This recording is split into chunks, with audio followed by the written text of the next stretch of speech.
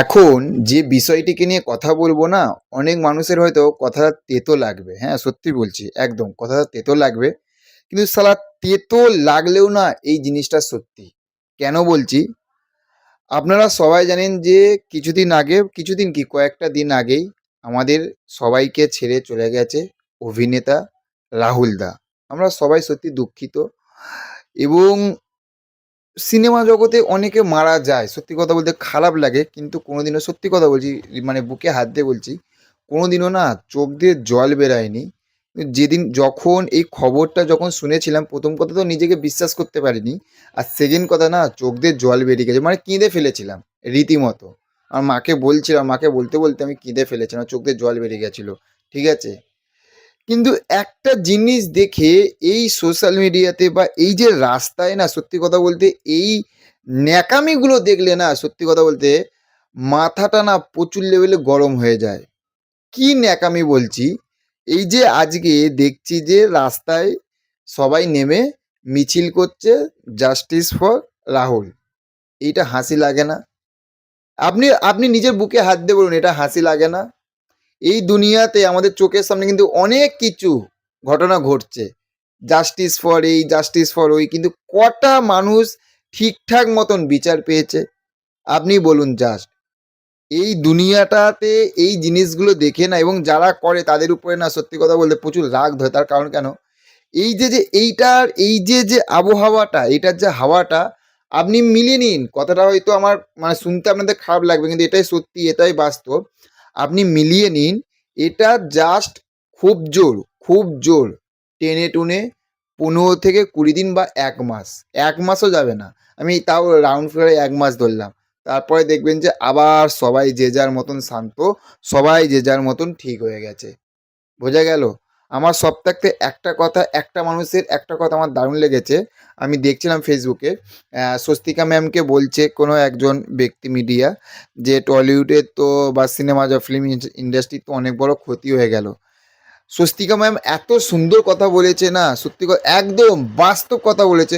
বলছে টলিউডের কতটা ক্ষতি হলো বলতে পারবো না, সত্যি যদি ক্ষতি হতো তাহলে এই ছেলেটা এই যে সিরিয়ালটা করার আগে কটা কাজ পেয়েছে, সে তাহলে কী রকম কাজ পেয়েছিল, সে তাহলে কেন কাজ পায়নি, তাকে কেন ঘরে বসে থাকতে হয়েছিল?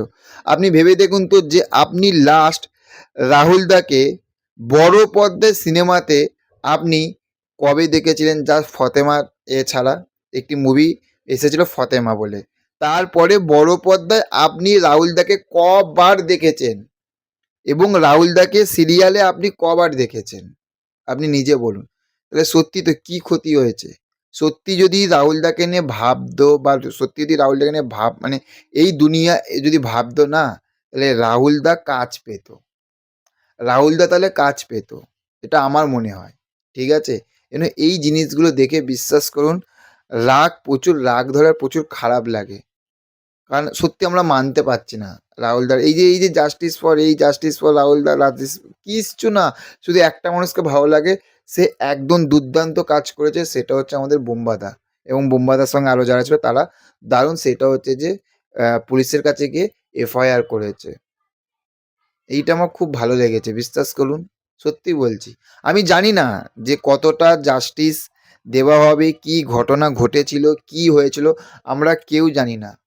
তবে একটা সত্যি, যদি মিছিলে ওনারা নেমেছেন, আমরা একটা কথা ওনাদের কাছে একটাই অনুরোধ করব, সেইটা হচ্ছে যে আপনারা যে রাস্তায় নেমেছেন, এটা যেন 100-এর মধ্যে 100% যেন রাহুলদা এটার বিচার পায়।